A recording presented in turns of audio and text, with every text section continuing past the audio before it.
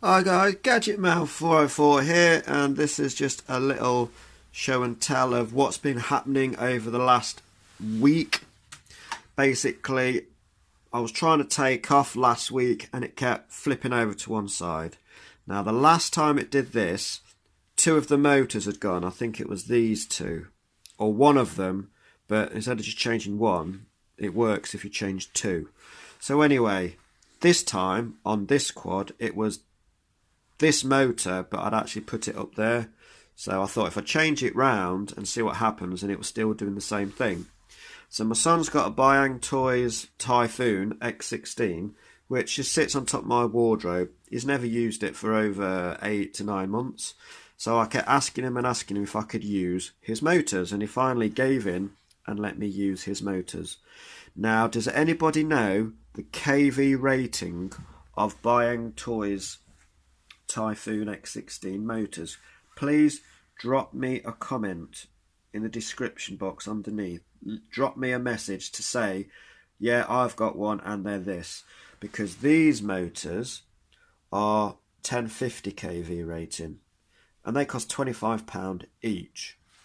These are at least 10,000 because I know they've got a lot of power, because everyone was raving about saying this is how the Cyma X8C should have been with these motors. You can get a conversion kit now, but they made it and still make it really with brushless, or brushed motors. So does anybody know the kV rating of these motors? Because at the moment I've got two on. It hovers.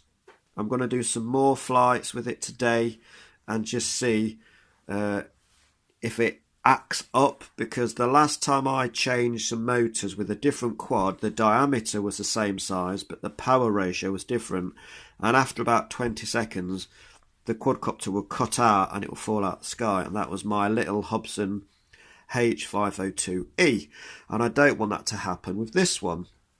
So please guys, leave me a message, drop me a line, leave me a comment to let me know if you know what the kV rating is for these motors, because I don't want to, after all this time of fixing it up, I've had to strip down my son's about 1,000,000 screws, and I've mounted it and it looks quite cool with the red and the silver.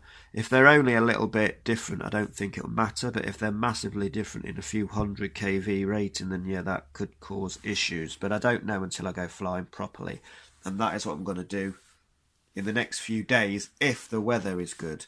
The weather has been so windy, and we've had snow, we've had rain.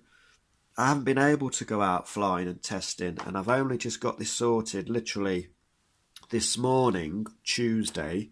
So I'm going to go and have a flight with it later. Going to go local. I'm not going to go too far. I'm just going to go to my local park, and I'm just going to tootle around the field and just make sure that I've made the aerials wider apart now.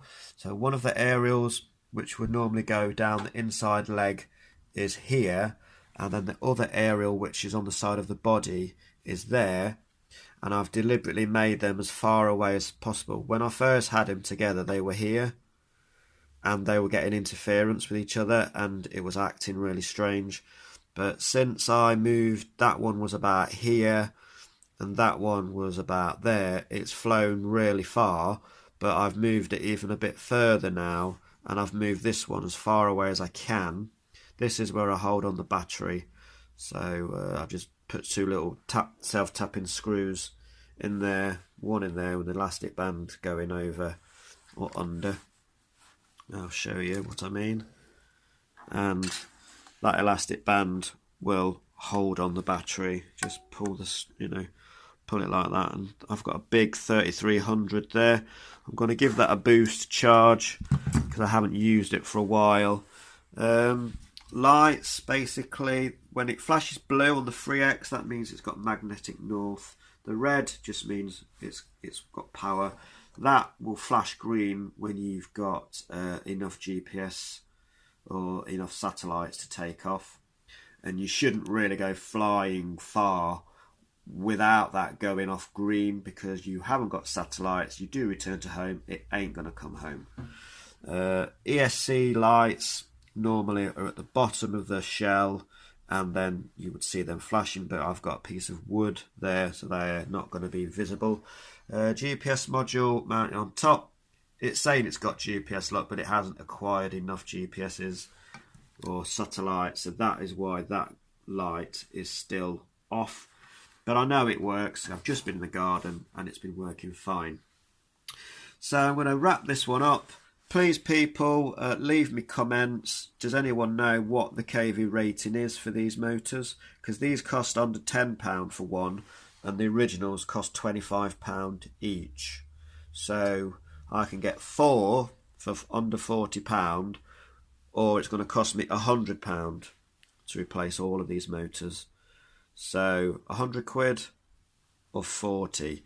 And at the minute, it powers it, it hovers, it's level, it's working. So I'm going to stick with these for now, and maybe I will change the other two. And I can do that either later on today or even tomorrow. So sorry for waffling. Please continue to subscribe to my channel. If you haven't subscribed, please subscribe now. There's a little button saying subscribe down here. Click the bell icon so you know when I'm going to upload stuff and you get notified, because I know a lot of people just randomly find stuff. But if you want more content and you want to know what's going off with my stuff, then by all means click the bell icon and that will keep you updated. So for now, people, more testing to do. As you know, this is the reborn FreeX from the massive crash it had about 7-8 weeks ago. I'm gradually getting there. It does fly, it does work, but I still want to test it thoroughly before I put it in a shell, so I know that everything is working and there was no damage on impact. So for now, people, this is Gadget Man 404 out. Thanks for watching Gadget Man's 404's channel.